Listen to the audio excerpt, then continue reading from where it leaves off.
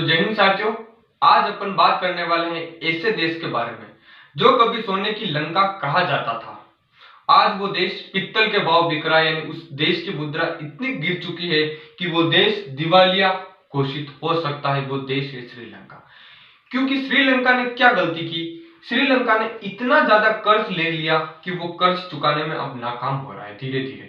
क्योंकि श्रीलंका को अभी वर्तमान में 12 महीने में 54,000 करोड़ रुपए का विदेशी कर्ज चुकाना है श्रीलंका को। यानी श्रीलंका को 12 महीने में 54,000 करोड़ का विदेशी कर्ज चुकाना है।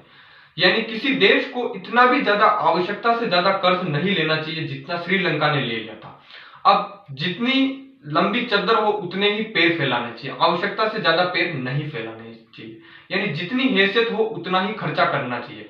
श्रीलंका ने क्या किया? अपनी आवश्यकता से ज्यादा क्या ले लिया? कर्ज ले लिया। अब कर्ज तो ले लिया, अब चुकाने का टाइम आ गया। यानी ओनली फॉर श्रीलंका को 12 महीने का टाइम मिला है और 54,000 करोड़ रुपए का उसको कर्ज चुकाना है। श्रीलंका का जो कर्ज था वो 68% कर्ज उसने चाइना से ले रखा था। श्रीलंका ने कितना? 68% कर्ज चाइना से ले रखा था। चाइना एक ऐसा देश है जो हमेशा साम्राज्यवादी नीति को अपनाता है। वही नीति मुगलों ने भारत के अंदर अपनाई थी और भारत पर क्या करके गए थे? राज करके गए थे मुगल।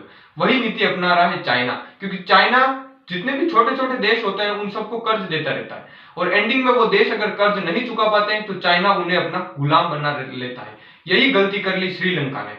श्रीलंका चाइना से कर्ज लेता गया, लेकिन श्रीलंका को उम्मीद थी चाइना से कि श्रीलंका उम्मीद लगा के बैठा था इस चाइना से कि चाइना मेरे कर्ज को क्या कर देगा? माफ कर देगा। लेकिन किसी भी इंसान से इतनी भी उम्मीद मत लगाओ कि वो इंसान आपको बर्बाद करके छोड़ दे।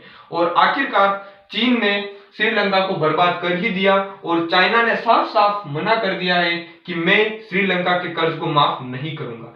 क्यों? क्योंकि इसके अंदर फायदा चाइना का ही है। देखिए, ये है भारत, दक्षिणी भारत, यहां पर है श्रीलंका।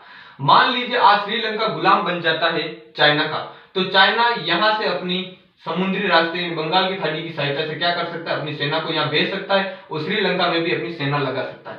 गलवान घाटी में सेना लगाई रखी है, इधर से भारत को पाकिस्तान परेशान कर ही रहा है और यहाँ से श्रीलंका की साइड से भी क्या करने लग जाएगा? चीन भारत को परेशान करने लग जाएगा। इसीलिए चाइना ने मना कर दिया है कि वो श्रीलंका का कर्ज माफ नहीं करेगा।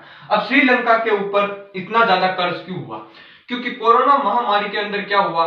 श्रीलंका की जितनी भी विदेशी फ्लाइटें थी, विदेशी आयात निर्यात थे, सब बंद हो चुके थे। श्रीलंका के अंदर सबसे ज्यादा फेमस था पर्यटन, यानी पर्यटन बहुत ज्यादा होता था श्रीलंका के अंदर। जो कोरोना महामारी के अंदर श्रीलंका का पर्यटन समाप्त हो चुका है।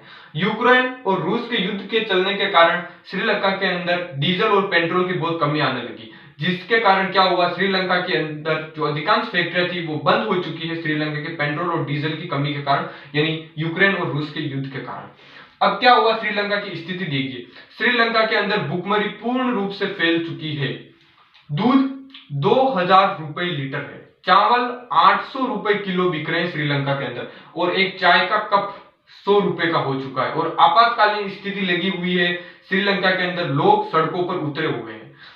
अब इस स्थिति के अंदर भारत सरकार ने एक फैसला लिया है कि भारत सरकार मदद करेगा किसकी? श्रीलंका की, यानी 7,500 करोड़ रुपए की मदद करेगा भारत श्रीलंका को। यानी भारत को किसी भी हाल में श्रीलंका को चाइना के गुलाम बनने से रोकना है। अगर मान लीजिए चाइना ने गुलाम बना लिया श्रीलंका को तो खतरा भारत को ही है और चाइना को क्या हो रहा है? फायदा हो रहा है। तो आई होप आप ये समझ गए होंगे कि श्रीलंका पर आर्थिक संकट कैसे आया। जय हिंद साथियों।